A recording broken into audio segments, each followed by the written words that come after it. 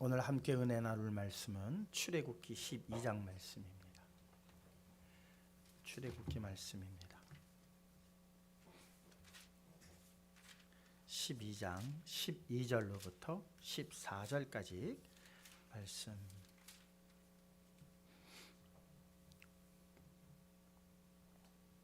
찾으신 줄 알고 말씀을 봉독해 드리겠습니다.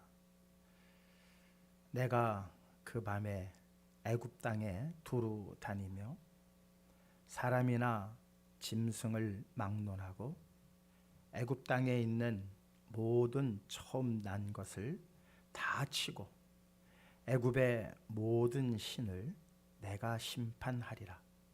나는 여호와라. 내가 애굽 땅을 칠 때에 그 피가 너희가 사는 집에 있어서 너희를 위하여 표적이 될지라.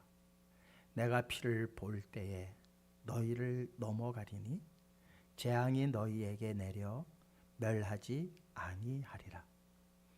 너희는 이 날을 기념하여 여호와의 절기를 삼아 영원한 규례로 대대로 지킬지니라. 아멘. 기도하시겠습니다.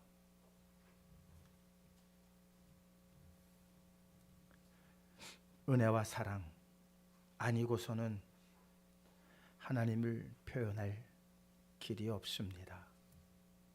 사랑하셔서 모든 것을 내어주시고 또한 우리가 살아가는 데에 필요한 모든 것들을 은혜로 부어주심에 오늘도 주님 앞에 나와 머리 숙입니다. 기억하여 주시옵시고 오늘도 이곳에 하나님의 시선이 머금을 우리 모두가 알게 하여 주시는 가운데 겸손한 마음으로 마음의 옷깃을 여미고 주님 앞에 머리 숙인 이 시간만 되게 하여 주시옵소서. 우리 장로님 간절히 구한 기도의 내용 하나님 다 들으셨음을 감사드립니다. 우리 모두의 마음을 담아서 드린 기도이오니 하나님께서 다 이루어 또한 주실 줄 분명히 믿습니다. 아름다운 찬양으로 하나님께 영광 올려드린 우리 찬양단 하나님 기억하여 주시옵시고 수고와 애씀이 헛되지 않게 하여 주시는 가운데에 늘 많은 이들에게 은혜를 나눌 수 있는 찬양만 되게 하여 주시옵소서. 시종을 통하여 홀로 영광 받아 주시옵소서. 사랑 많으신 예수 그리스도의 이름으로 기도하옵나이다. 아멘.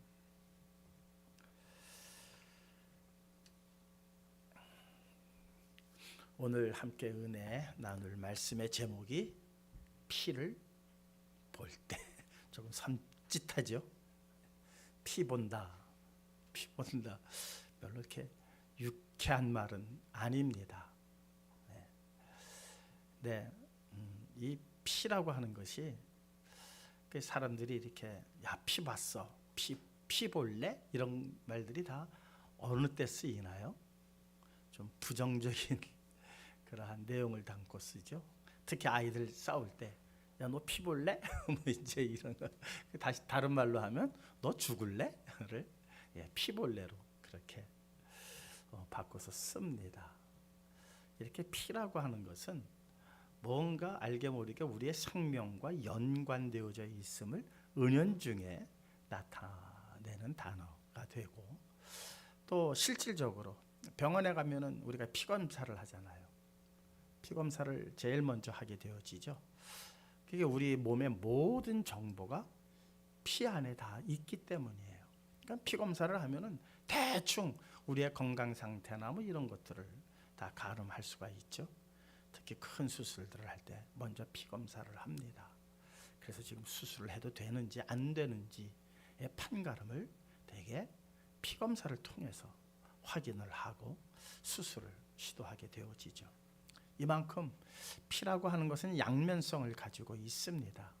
대부분의 사람들은 좀 이렇게 보기 싫어하고 하는 거지만 또 전문가들은 그 피를 보고 건강 상태를 확인하고 수술 어떠한 가부를 결정하는 어떠한 기준을 피를 가지고 하게 되어지는 것을 우리는 볼 수가 있습니다. 이토록 소중한 피임에도 불구하고 대부분의 사람들은 피 보는 것을 그렇게 유쾌하게 생각하지를 않죠. 특히 애들 탁 넘어졌다가도 아파서 우는 게 아니라 피를 보면 울죠. 피 보면 울어요. 또 어떻게 하다가 코피가 나도 그냥 아파서 울기보다는 피를 보고 우는 경우가 있는 것을 봐서는 이 피라고 하는 것이 우리 사람들에게 물론 육체적으로도 그렇지만 정신적으로도 상당한 영향을 끼치고 있음을 우리가 알 수가 있습니다.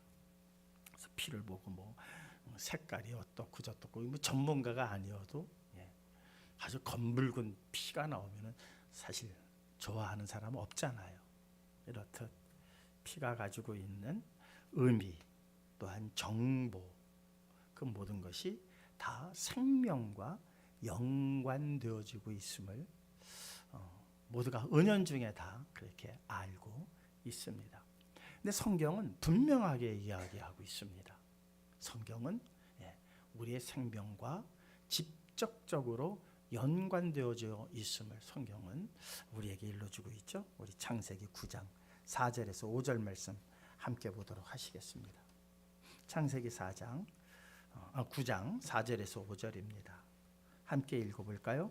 그러나 고기를 그 생명되는 피째 먹지 말 것이니라. 내가 반드시 너희의 피 곧 너희의 생명의 피를 찾으리니 짐승이면 그 짐승에게서 사람이나 사람의 형제면 그에게서 그의 생명을 찾으리라. 아주 그냥 피는 생명이다라고 아주 그냥 직접적으로 직설적으로 말씀을 하셨어요. 참 순대가 맛있잖아요. 그죠? 지금도 가끔 순대를 먹습니다만 저희 어머니가 어렸을 때 그렇게 순대를 잘 사가지고 오셨는데 잘 사오신 것은 아니지만 어쨌든 뭐 이렇게 시장에 가면은 순대 먹고 하는 어느 날 순대를 안 잡수시겠다고 선언을 하시더라고요. 나중에 알았어요.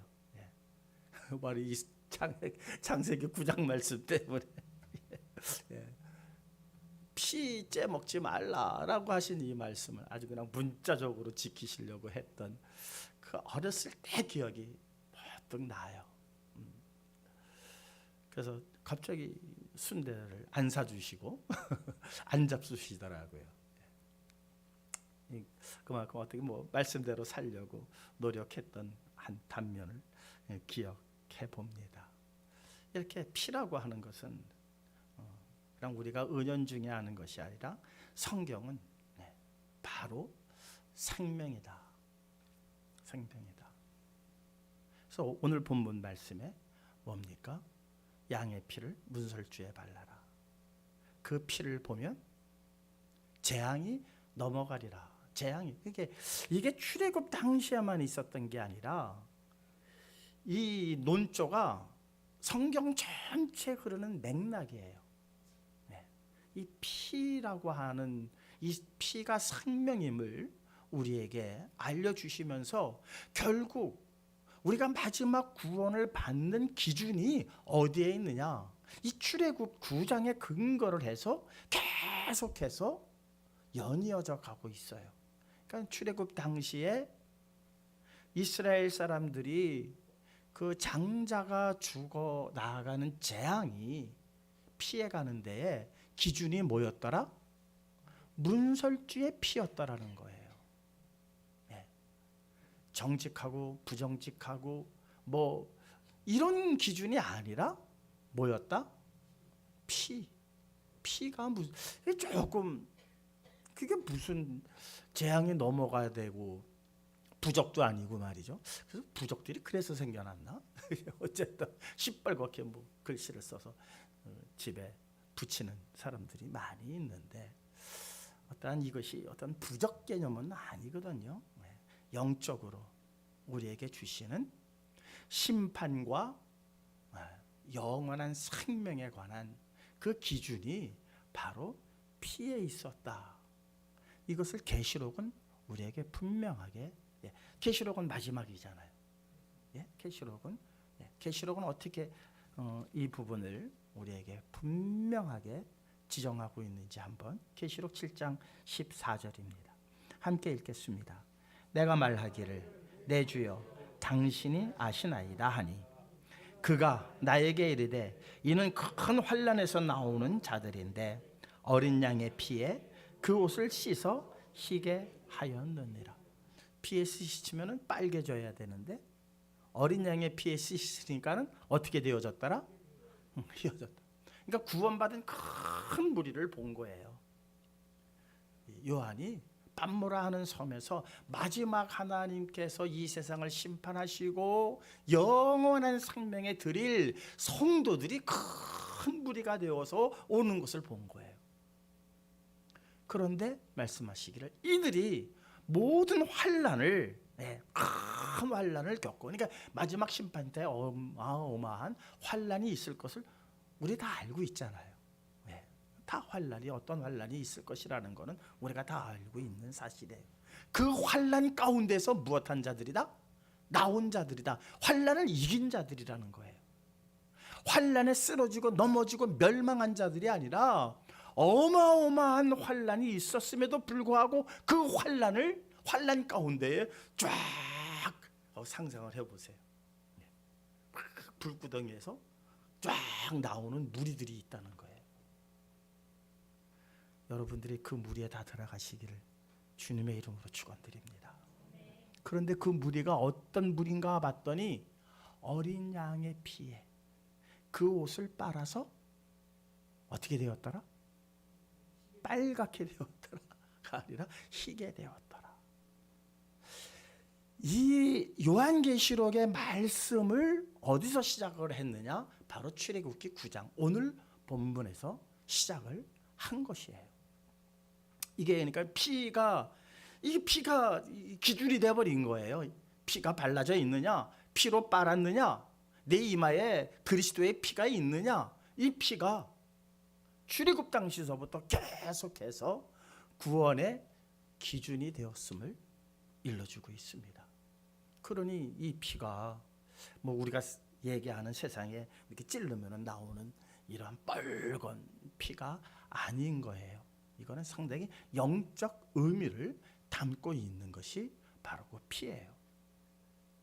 그러다 보니까는 사람들이 조금 그것을 이제 믿음과 연결, 그리스도를 믿는 그 믿음과 연결을 시키잖아요. 그러면서 가끔 뭐 저도 그런 논조로 설교를 한 적이 있어요. 또 지금도 서두에 그랬잖아요.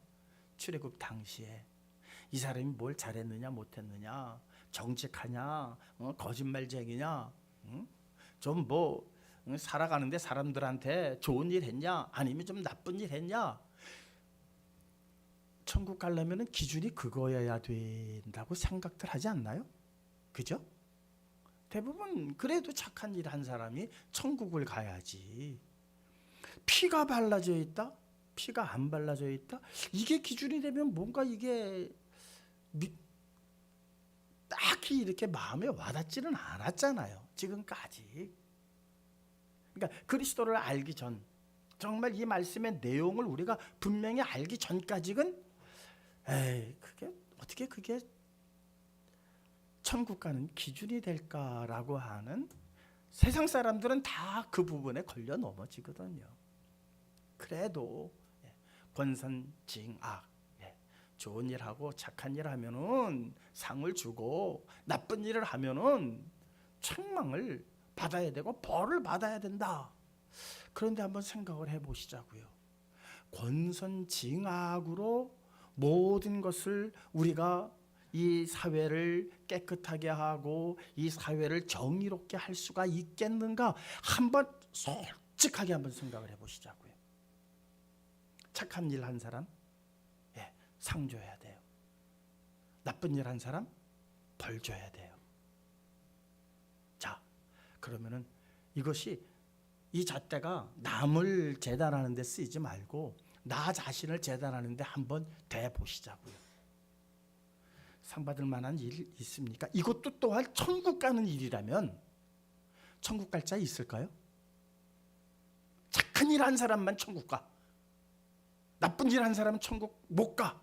이 기준이 정말 이 세상의 절대 기준이 되어야 한다 치자고요. 모든 일반 사람들이 생각하는 것처럼. 한 번도 생각 안 해보셨죠? 그러니까 지금 한번 생각해 보니까 어때요? 천국 갈 사람 있어요 여기? 없어요. 권선징악이라고 하는 게 절대적인 게 아니라는 거예요. 그렇지 않아요? 예. 권선징악으로 우리 모두를 다 잣대로 재신다면은 한 사람도 못 가요. 그래서 뭐를 주신 거예요? 다 필요 없어. 다 필요 없어. 뭐만 있으면 돼? 피만 발라. 오늘 본문대로 문설주에 어린 양의 피 발라. 그러면 재앙이 넘어가.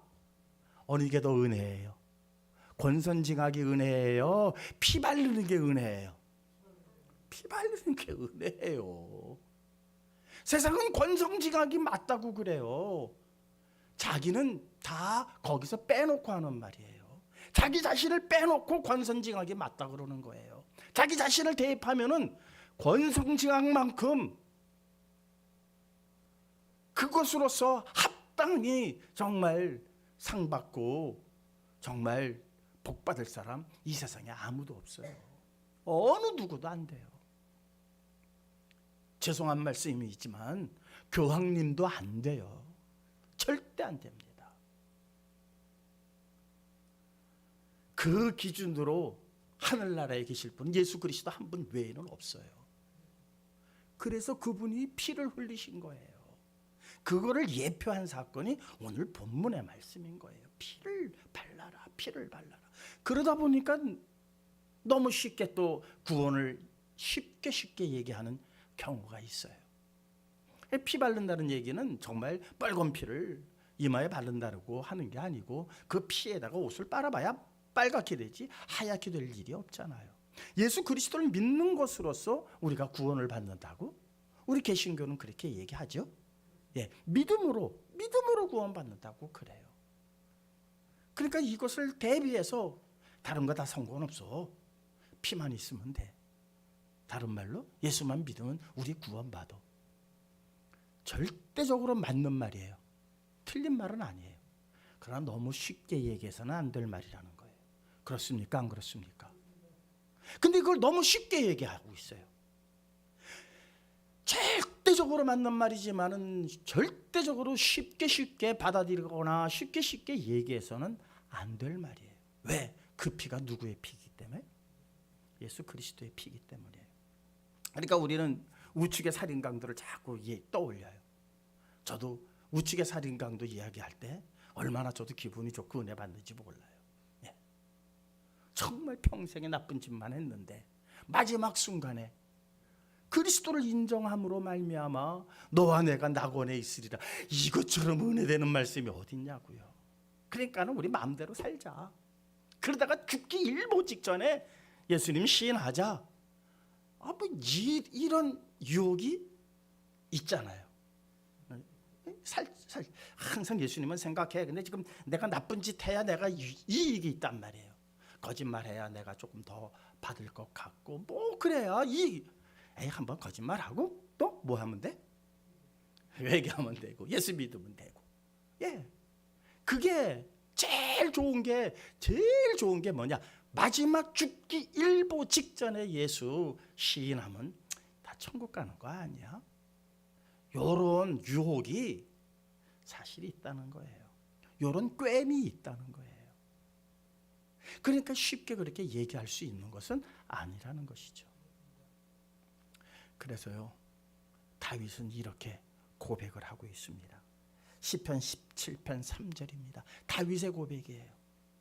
예기치 않은 상황에도 항상 나를 감찰하시는 그 하나님.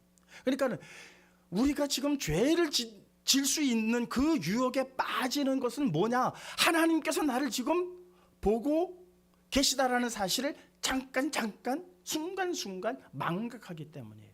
하나님이 지금 계속 나를 보고 계시는데 CCTV가 나를 계속 24시간 따라다니면서 비추고 있는데 죄 지을 수 있나요? 바로 잡혀요. 바로 잡혀요. 바로 감옥 가요. 나쁜 일 하면. 요즘 CCTV가 그렇게 발달이 돼 있어요. 그런데 CCTV보다도 더 그건 행동만 보죠. 하나님은 마음을 감찰하세요. 그런데 그냥 1시서부터 2시까지만 감찰할게 이게 아니잖아요. 내가 너는 오늘 8시서부터 9시까지야. 이게 아니에요. 24시간 그냥 감찰하고 계세요. 그 부분을 다윗은 이렇게 고백하고 있습니다. 함께 읽을까요?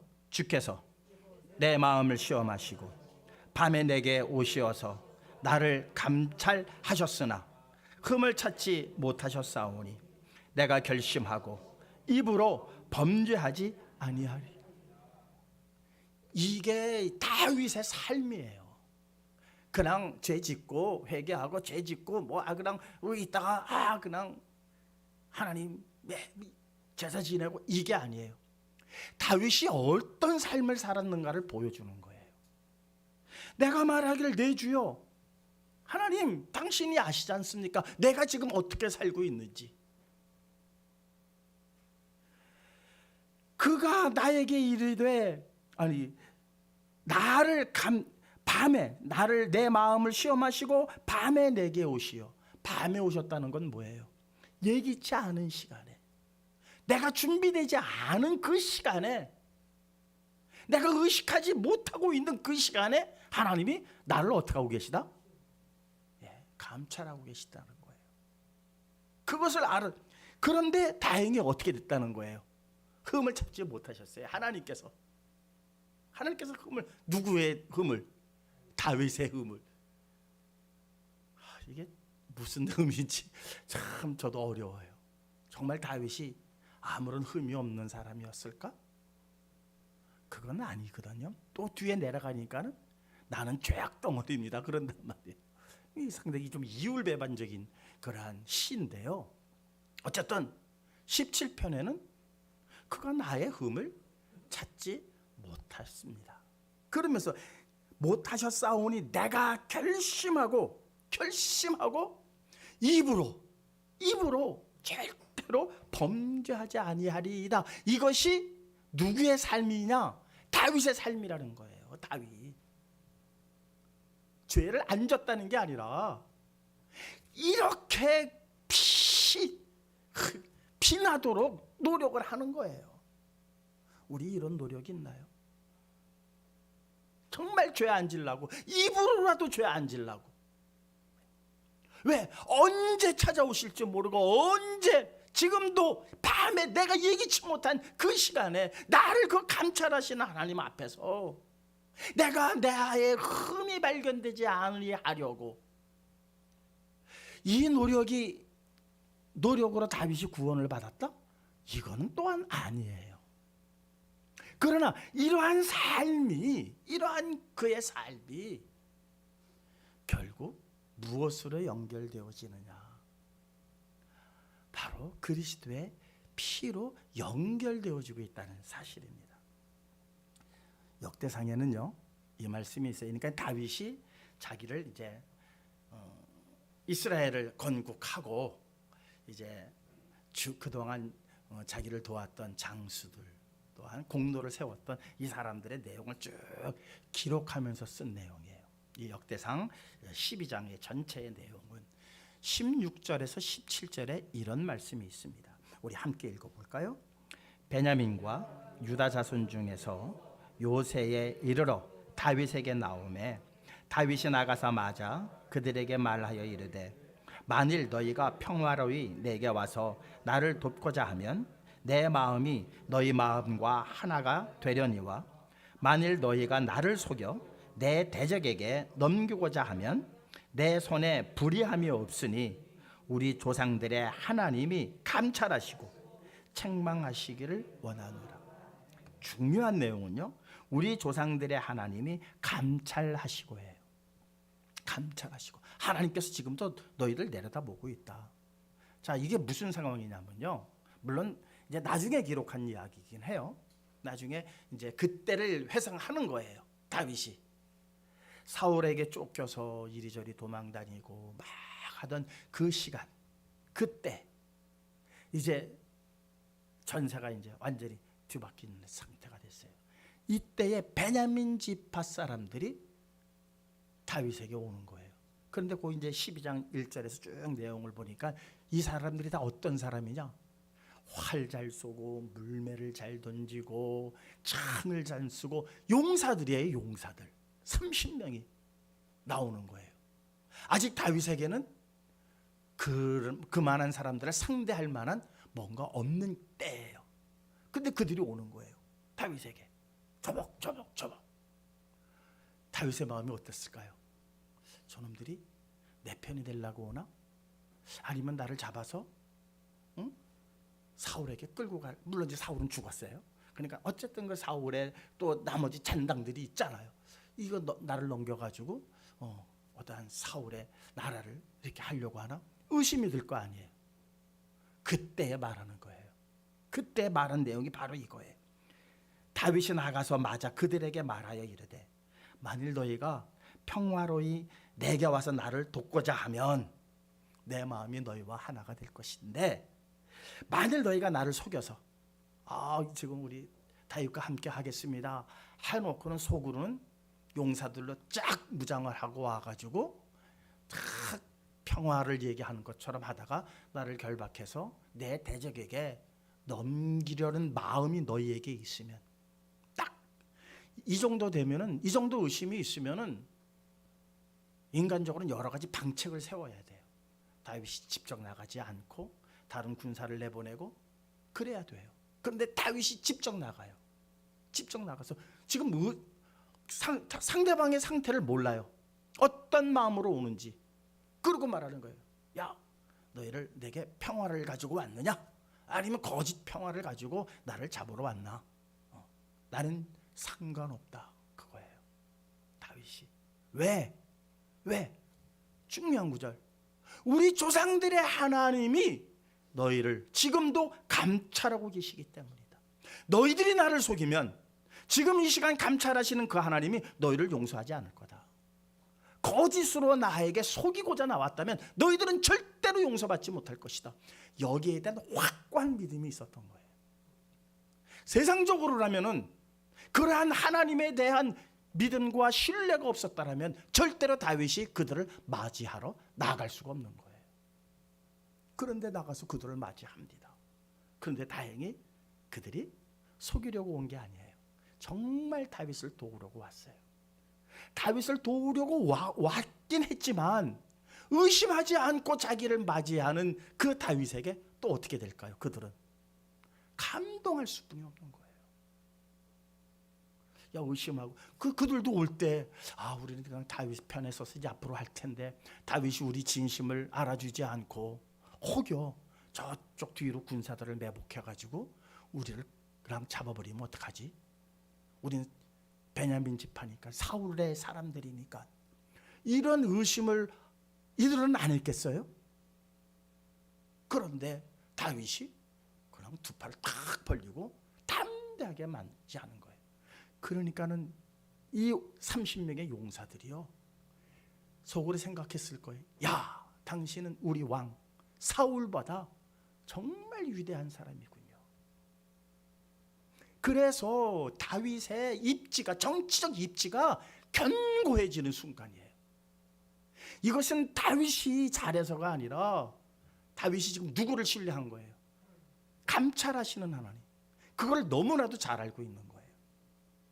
밤에 찾아오사 나를 보시는 하나님, 내가 예기치 못할 때도 보시는 그 하나님. 그러니까 나는 그 하나님 앞에 절대로 입술로 내가 범죄하지 아니하겠나이다 다짐했던 그 다윗이 그 하나님을 늘 의식하면서 베냐민 지파 사람들을 맞이할 때에 그 사람들은 정치적으로도 감복되어질 수뿐이 없었다는 사실이에요. 우리나라 정치에 좀 이런 정치인들이 좀 있었으면 좋겠어요. 자기 사람들만 챙기지 말고 상대방 진영 사람들이라도 좀 이렇게 폭넓게 마음 넓게 푹 안아주는 정치인들이 좀 나왔으면 좋겠어요. 그랬을 때 정말 정치적 입지가 더 견고해지고 나라가 부강해질 수가 있습니다. 나라가 둘로 쪼개져 있는데 어찌 이 대한민국이 앞으로 전진할 수 있겠습니까? 정말 윤석열 대통령은 좀 그런 대통령이 되었으면 좋겠다 하는 마음으로 기도하고 있습니다. 다윗의 어떤 삶을 가만히 이제 우리 추적을 해보자고요. 감찰하시는 하나님 앞에서 정말 입술로도 범죄하지 아니하려고 하는 그의 피나는 삶의 그 모습, 그리고 하나님을 신뢰함으로 적에 부하였던 베냐민 지파 사람들의 용사까지라도 품에 안았던 그의 성품, 이것으로서 그가 구원받았고 이것으로서 하나님 앞에 큰 사랑을 받았느냐? 절대 아니라는 거예요. 절대 아니라는 거예요. 다윗은 너무나도 그걸 잘 알아요. 입술로도 내가 범죄하지 않으려고 노력을 했지만 노력을 했지만 언제나 내가 하는 일을 뒤돌아보면 뭐였다는 거예요? 하나님 앞에 불충한 거고 하나님 앞에 정말 죄 짓는 일뿐이 없었다는 사실을 알고 다윗은 이런 시를 우리가 잘 아는 시편 50편에 뭐라 그래요? 나는 한마디로 나는 죄악 덩어리입니다. 시편 51편이죠. 시편 51편에 나는 죄악 덩어리. 내 어머니가 나를 죄악 중에 잉태했습니다. 그 말은 뭐예요? 나는 그냥 죄악 덩어리입니다. 무슨 사건 이후에? 밧세바 사건 이후에 그는 자기 자신의 그 정말 처절함을 보게 되어집니다. 그러니까는 그렇게 노력하고 그렇게 열심을 다했지만 그 열심과 그 노력과 그 선을 행하고자 하는 어떤 행위로 인하여서 내가 구원을 받는 것이 아니라 결국에 보니까는 많은 사람들이 칭찬을 하고 아무리 나에게 뭐 권선징악의 잣대를 갖다 대면은 내가 칭찬받을 것 같지만 자기를 들여다보니까는 어린 반푼어치도 없다는 거예요. 내가 하나님 나라에 들어가고 내가 구원받는 일에는 권선징악이라고 하는 잣대를 들이대다 보니까는 도대체 자기 자신은 거기에 합당하지 않다는 걸 느껴요. 그러면 어찌하오리까?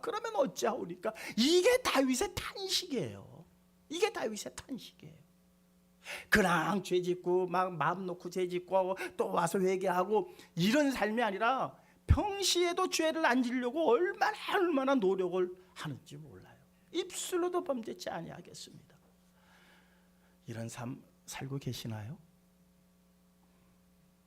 감사합니다. 저도 못해요. 우리 다 못해서 그래도 조금 마음이 놓여요. 여기서 누가 한 분만 해도 그렇게 한다면 아유, 이 목사 부끄러워서 어디 여기 쓰겠어요? 참 도끼 개낀이에요. 네. 그래서 감사해요. 그래서 참 여긴 다 죄인들이에요. 다 죄인들만 모여 있어요. 옷 한만 잘 차려입고 와서도 다 죄인이에요. 얼마나 감사합니까? 얼마나. 그래서 다윗이요 유명한 시를 아니 자기 자신을 돌아보면서 먼 훗날 예수 그리스도를 소개하는 그 유명한 시가 바로 시편 40편에 6절에서 8절 기록되어져 있습니다. 먼 훗날 오실 예수 그리스도를 소개하는 글이에요. 이 글이 한번 함께 읽자고요. 읽겠습니다. 주께서 내 귀를 통하여 내게 들려주시기를 제사와 예물을 기뻐하지 아니하시며 번제와 속죄제를 요구하지 아니하신다 하신지라. 그때에 내가 말하기를 내가 왔나이다. 나를 가리켜 기록한 것이 두루마리 책에 있나이다. 나의 하나님이여 내가 주의 뜻 행하기를 즐기오니 주의 법이 나의 심중에 있나이다 하였나이다. 여기에 무슨 그리스도가 있고 여기에 무슨 예수가 있습니까? 그렇게 생각할런지 몰라도요. 히브리서 기자는 히브리서 10장 5절에 이 글을 그대로 인용을 합니다. 이 글을 그대로 인용을 합니다. 그러면서 여기서 그때 내가 말하기를 내가 왔나이다 한 사람이 예수 그리스도의 힘을 증거하고 있는 게 히브리서 10장이에요. 그러니까 다윗이 그때 내가 말하기를 내가 왔나이다. 다윗이 다 한 말이에요. 다윗이 다 한 말이지만, 그러나 그때 내가 말하기를 내가 왔나이다 하시는 그 내가는 그리스도라는 거예요. 그 그리스도가 뭐라고 하느냐? 주의 뜻 행하기를 즐기오니 주의 법이 나의 심중에 있나이다. 이건 예수님만 하실 수 있는 말이에요. 예수님만. 주의 뜻 행하기 위해서 내가 왔습니다. 주의 뜻 행하기 위해서 오신 분 있나요? 어느 유명한 목사님도 하나님의 뜻 행하기 위해서 이 땅에 태어난 사람은 아무도 없어요. 예수 그리스도만이 아버지의 뜻을 행하기 위해서 이 땅에 오셨어요. 아버지의 뜻이 뭡니까? 골고다에서 우리 모든 인류의 죄를 대신해서 지난주에 말씀드린 것처럼 여호와 이레 제물로 돌아가시기 위해서 오신 거예요. 죽기 위해서 오신 거예요. 여기 죽기 위해서 태어나신 분 있나요? 다 살기 위해서 태어났잖아요. 그런데 다 어떻게 돼요? 다 죽어요. 참 이게 아이러니예요. 그런데 예수님은 죽기 위해서 오셨어요. 죽기 위해서. 죽기 위해서 오셨는데 죽으셨나요? 살아나셨잖아요. 이 법칙을 우리는 확인을 해야 돼요. 그래서 너희는 죽고자 하는 자는 살 것이요 살고자 하는 자는 죽으리라. 예수 그리스도가 아니면 이 법이 만들어질 수도 없고 이행될 수도 없고 현실로 이 세상에 나타날 수도 없어요. 살고자 하는 자는 죽고 죽고자 하는 자는 살리라. 다 정말 죽고자 함으로 그리스도로 인하여 살아나실 수 있는 저와 여러분들 되시기를 주님의 이름으로 축원드립니다. 이토록 다윗의 삶을 우리가 추적을 해보면 이런 삶이었다는 거예요. 그런데 우리가 조심해야 할 한 부분이 있어요. 진짜 조심해야 돼요. 이 유혹에 우리가 늘 빠져요. 그래서 저 사람은 구원받았다라고 착각을 합니다. 이게 무슨 사건이냐면요, 이제 솔로몬 이후에 르호보암이 이제 나라를 이어받습니다. 그때 나라는 둘로 쪼개졌습니다. 근데 이 르호보암이 정말 하나님의 뜻을 따라 정치를 하지 않아요. 조금 정치를 잘못해요. 그러다 보니까는 국가적으로 큰 환란을 겪게 됩니다.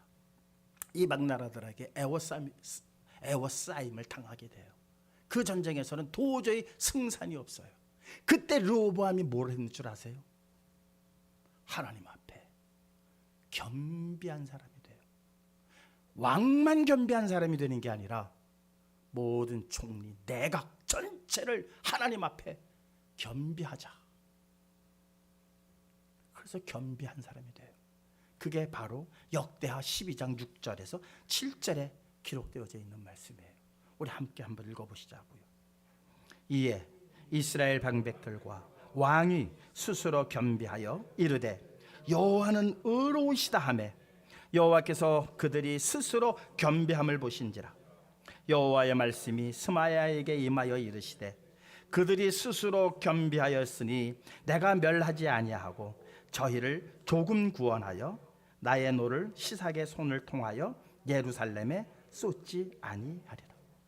근데 여기 재미나는 단어가 하나가 들어가 있어요. 조금 구원하겠다는 거예요. 조금. 옛날 개역 성경에는 대강 구원하여 이렇게 돼 있어요. 놓쳐서는 안 되는 부분이에요. 르호보암이 지금 큰 위기가 딱 닥친 거예요. 그랬더니 그 위기를 모면하기 위해서 스스로 겸비해진 거예요. 여호와는 의로우신 분이다. 하나님 앞에 겸비한 사람이 되라. 겸손해라. 모두가 하나님 앞에 무릎을 부복하라. 그래가지고 그냥 온 이스라엘이 왕으로부터 온 백성들이 하나님 앞에 스스로 겸비. 왜 겸비했겠습니까? 지금 이 난국에서 살아날 길이 없는 거예요. 그러니까 스스로 겸비해졌어요. 스스로 착한 일 하는 거예요. 하나님은 의로우십니다. 그렇게 겸비. 그랬더니 하나님께서 에휴, 한숨을 크게 내신 것 같아요. 그리고 말씀하시는 거예요. 내가 조금 구원해 줄게. 완전한 구원이 아니라는 거예요. 영적 완전 구원을 얘기하고 영적으로 영원한 생명을 주시겠다는 게 아니라 스스로 겸비하였으니 내가 조금만 구원해 줄게. 다시 말하자면 너희들이 걱정하는 지금 이 상황에서 절대로 내가 멸망하지 않도록 내가 너희들을 지켜줄게. 이 말씀이에요. 우리 이런 신앙하는 사람들 너무 많습니다. 저 자신도 그런 것 같아요. 그런 것 같아요. 도대체 무슨 차이가 있을까요? 무슨 차이가? 하나님께서 그 피를 보시면 피를 보고 재앙을 멈추시고 재앙을 내리지 아니하시고 피가 있으면 구원하시는데, 그래서 우리는 피 그래요. 어떤 종교죠? 기독교 종교에서는 그냥 하루 종일 피 그러는 종교단체도 있더라고요. 그렇다고 피를 우리가 발려지는 게 아니에요. 그런 피를 얘기하는 게 아니에요. 그리고 우리가 보기에 내가 피 발렸다고 하면은 그게 무슨 소용이 있어요? 피를 보시는 것은 내가 아니고 사람이 아니고 사람 보이기에 당신 피 발려져 있는데 이게 아니라는 거예요. 그렇다면 쉬워요. 스스로 겸비하면 사람들이 인정을 해주니까 정말 당신은 크리스찬입니다. 그런데 피를 보시는 이가 내가 아니고 사람이 아니고 누구라는 거예요? 하나님이시라는 거예요. 하나님이 보시기에 피가 있느냐 없느냐를 보시겠다는 것이지 내가 느끼기에 내가 저 사람 보기에 이게 아니라는 거예요. 하나님 보시기에. 그러니 이게 얼마나 힘들고 어렵습니까? 그래서 스스로 겸비한 사람, 이만하면 용서해 주시겠지? 근데 실질적으로 용서를 해 주셨거든요. 그 재앙을, 그 전쟁을 이기게 하셨단 말이에요. 이기게 하셨다고요. 그랬으면 스스로 겸비함이 아니라 늘 감찰하시는 하나님 앞에 이 르호보암은 자기 할아버지 다윗이 했던 것처럼 그렇게 입술로도 범죄하지 아니하리이다. 그때부터 죄와는 피 흘리기까지 싸워야 돼요. 그래도 늘 죄가 우리 앞에 남아있을 수뿐이 없어요. 그런 노력하게 되어지면 하나님께서 결국 어린 양의 피로 덮어주시겠다는 거예요. 그 잘못을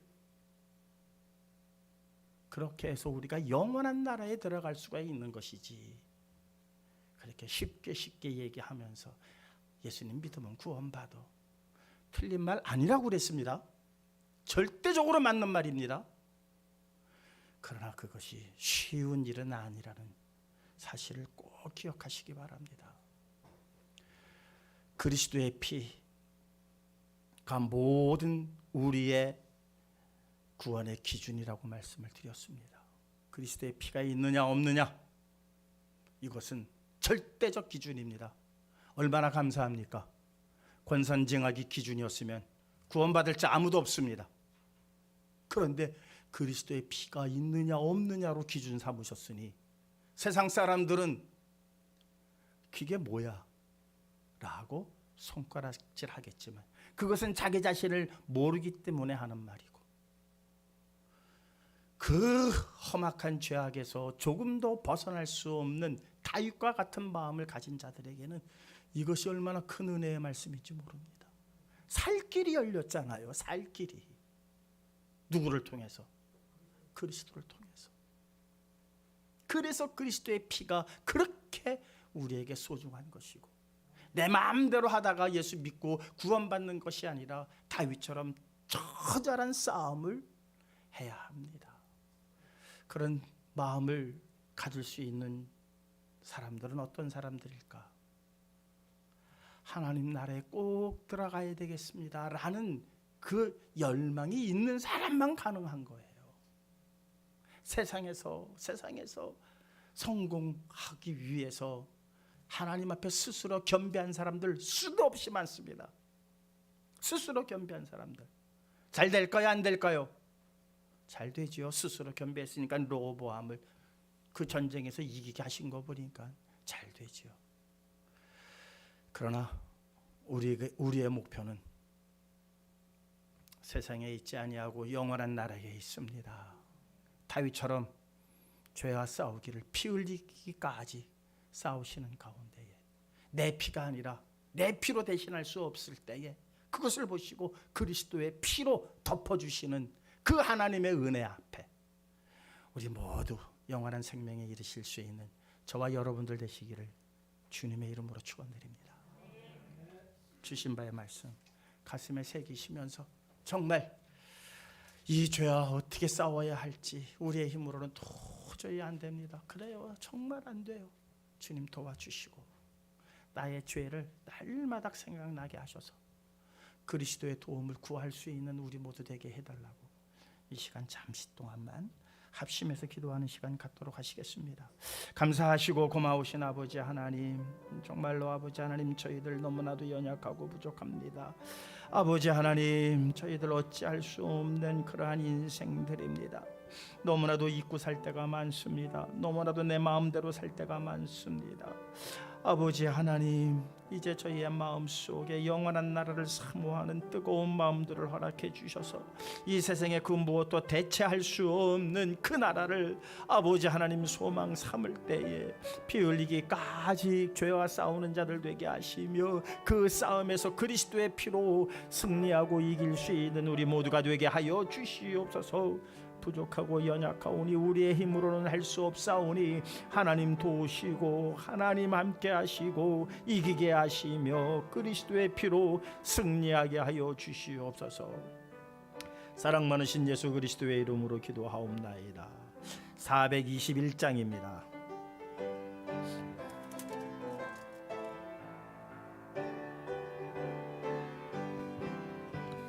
내가 예수 믿고서 죄 사함 받아